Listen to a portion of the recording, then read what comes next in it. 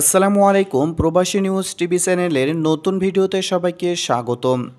এই ভিডিওর মাধ্যমে প্রবাসের কয়েকটি গুরুত্বপূর্ণ আপডেট নিউজ নিয়ে আলোচনা করব। প্রথমে আলোচনা করব আন্তর্জাতিক রুটে ফ্লাইট চলাচলে বিধিনিষেধ নেই। করোনা ভাইরাসের দ্বিতীয় ঢেউয়ের প্রভাবে এক সপ্তাহের জন্য লকডাউন ঘোষণা করেছে সরকার। এই সময়ে আন্তর্জাতিক রুটে বিমান চলাচলে কোনো বিধিনিষেধ নেই বলে জানানো হয় সরকারি প্রজ্ঞাপনে। তবে 5 এপ্রিল থেকে 11 এপ্রিল পর্যন্ত অভ্যন্তরীণ রুটে বিমান চলাচল বন্ধ থাকবে। এর আগে গত বছর মার্চ মাসেও করোনার প্রভাবে সব ধরনের বিমান চলাচল প্রায় 2 মাসের মতো বন্ধ ছিল। এদিকে এয়ারলাইন সংশ্লিষ্টরা বলছেন চলাচল বন্ধ না করে স্বাস্থ্যবিধি মেনে অব্যাহত রাখার। এদিকে যুক্তরাজ্যের বিমান টিকিটের জন্য সিলেটি যাত্রীদের হাহাকার। সিলেটের হাজারো যাত্রী ব্রিটেনের বিমান টিকিটের জন্য হাহাকার করছেন। আগামী 9 এপ্রিলের আগে তারা ব্রিটেনে ফেরত যেতে চান, কিন্তু টিকিট মিলছে না। উদ্যত পরিস্থিতিতে association of travel agent of বাংলাদেশের পক্ষ থেকে অতিরিক্ত 3টি ফ্লাইটসে বিমানকে চিঠি দেওয়া হয়েছে। সিলেট বিমানে কর্মকর্তারা জানিয়েছেন এখনও অতিরিক্ত ফ্লাইট চালুর কোনো সিদ্ধান্ত তাদের কাছে আসেনি, তবে অতিরিক্ত একটি ফ্লাইট বাড়ানোর চিন্তাভাবনা হচ্ছে। এদিকে করোনা ভাইরাসের প্রাদুর্ভাব বেড়ে যাওয়ায় ব্রিটেনের লাল তালিকায় পড়ে গেছে বাংলাদেশ। এই কারণে বাংলাদেশ থেকে ব্রিটেন ফেরত যাত্রীদের নতুন নিষেধাজ্ঞা ও নিয়মের মধ্যে পড়তে হচ্ছে।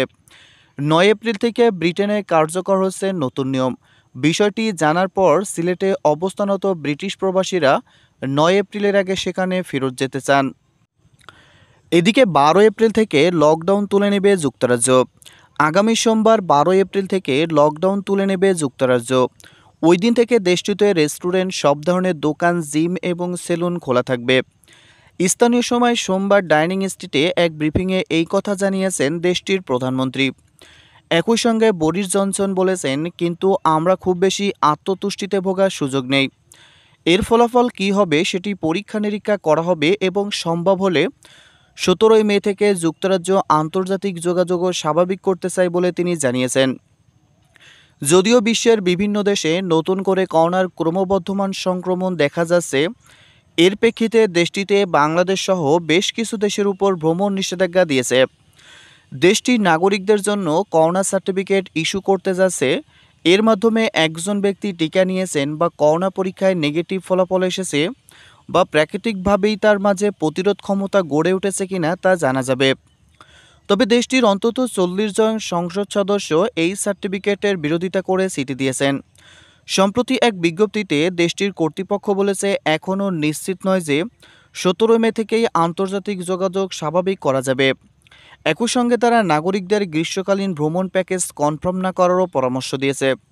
চলতি সপ্তাহের শেষ দিকে এই নিয়ে আরও নিশ্চিত নির্দেশনা দেওয়া হবে বলে জানানো হয়েছে। এদিকে রমজান মাসে ওমরার সুযোগ পাবেন 3 ধরনের মুসল্লি। পবিত্র রমজান মাসে যেসব মুসলমান ওমরা পালন করবেন অথবা মসজিদুল হারামে নামাজ আদায় করবেন, তাদের জন্য নতুন নির্দেশনা জারি করেছে সৌদি আরব কর্তৃপক্ষ। এর ফলে রমজানে কাবার নামাজ আদায় করতে চাইলেও মুসল্লিদের শরীরে করোনার বিরুদ্ধে ইউনিটি তৈরি হতে হবে। সোমবার সৌদির হজ ও ওমরা মন্ত্রণালয়ের বিজ্ঞপ্তিতে বলা হয়েছে, যারা করোনার 2 ডোজ টিকা নিয়েছেন বা 1 ডোজ টিকা নেওয়ার পর কমপক্ষে 14 দিন পার হয়েছে অথবা যারা করোনা আক্রান্ত হওয়ার পর পুরোপুরি সেরে উঠেছেন, শুধুমাত্র তারাই এবার মসজিদুল হারামে নামাজ পড়ার বা ওমরা করার সুযোগ পাবেন।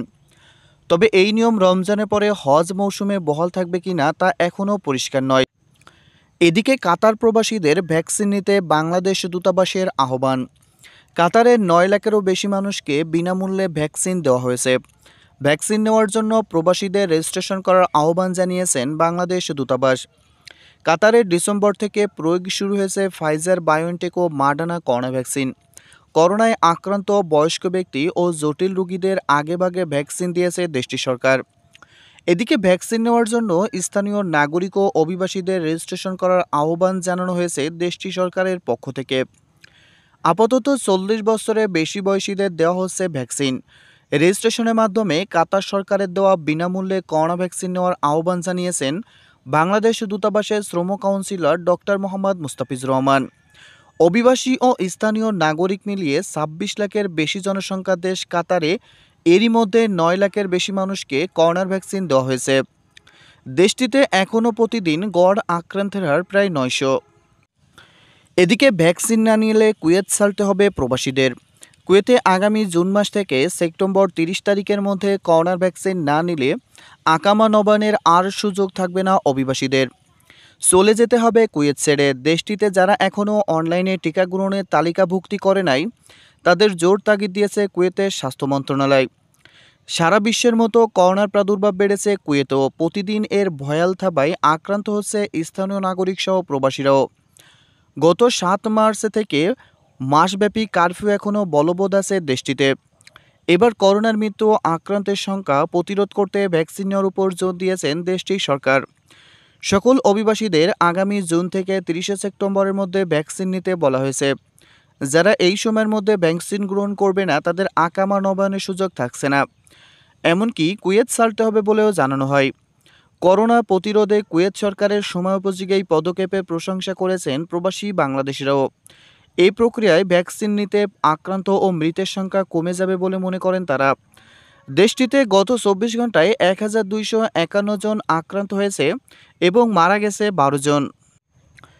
এদিকে ব্রাজিলে প্রবাসী বাংলাদেশিদের ভাগ্যে জুটছে না ভ্যাকসিন। ব্রাজিলে করোনার মৃত্যুর সংখ্যা কিছুতেই কমছে না। এই সংখ্যা ওঠানামা করছে দৈনিক 1.5 থেকে 3 হাজারের মধ্যে। আক্রান্ত হচ্ছেন গড়ে 50,000-এর মতো মানুষ। দেশটিতে কিছুতেই টানা যাচ্ছে না করোনার লাগাম। আক্রান্তের সংখ্যা এতদিন বাড়তে থাকলেও সেটি কিছুটা স্থিতিশীল হয়েছে, কিন্তু মৃতের সংখ্যা কমেনি এতটুকু। সব মিলিয়ে বেগতিক দেশটির কোভিড পরিস্থিতি। ব্রাজিলে ব্যবসা বাণিজ্য সহ নানা কাজে কয়েক হাজার বাংলাদেশির বসবাস। প্রবাসীদের অনেকেরই এরই মধ্যে আক্রান্ত হয়েছেন করোনায়। আক্রান্তের তালিকা থেকে বাদ যাননি বাংলাদেশ দূতাবাসের কর্মকর্তারাও। দূতাবাসের কর্মকর্তাদের অনেকেই করোনা পজিটিভ হয়েছেন। বহু বাংলাদেশি ভুগছেন কোভিড-19-এ। এই অবস্থায় ভেঙে পড়েছে দেশটিতে বসবাসরত বাংলাদেশি প্রবাসীদের জীবনযাত্রা। ভর করেছে অর্থনৈতিক দুর্দশাও। প্রবাসী বাংলাদেশিদের একজন বলেন, আমার খুবই আতঙ্কের মধ্যে আছি। প্রতিদিন অনেকেই আক্রান্ত হচ্ছেন, আবার অনেকে মারাও যাচ্ছেন। করোনা আক্রান্ত হয়ে মৃত্যু হচ্ছে বাংলাদেশিদের। সবচেয়ে বড় সমস্যা হয়ে দাঁড়িয়েছে দেশটিতে ভ্যাকসিন কার্যক্রম চললেও তা প্রবাসীদের নাগালের বাইরে। ফলে বাংলাদেশি কমিউনিটির মধ্যে আক্রান্ত হবার আশঙ্কাও বেশি। এছাড়া ব্রাজিলিয়ানদের বেপরোয়া জীবনযাপনও প্রভাব ফেলছে প্রবাসীদের মধ্যে।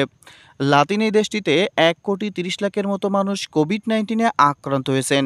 মারা গেছেন 3,32,000-এরও বেশি মানুষ।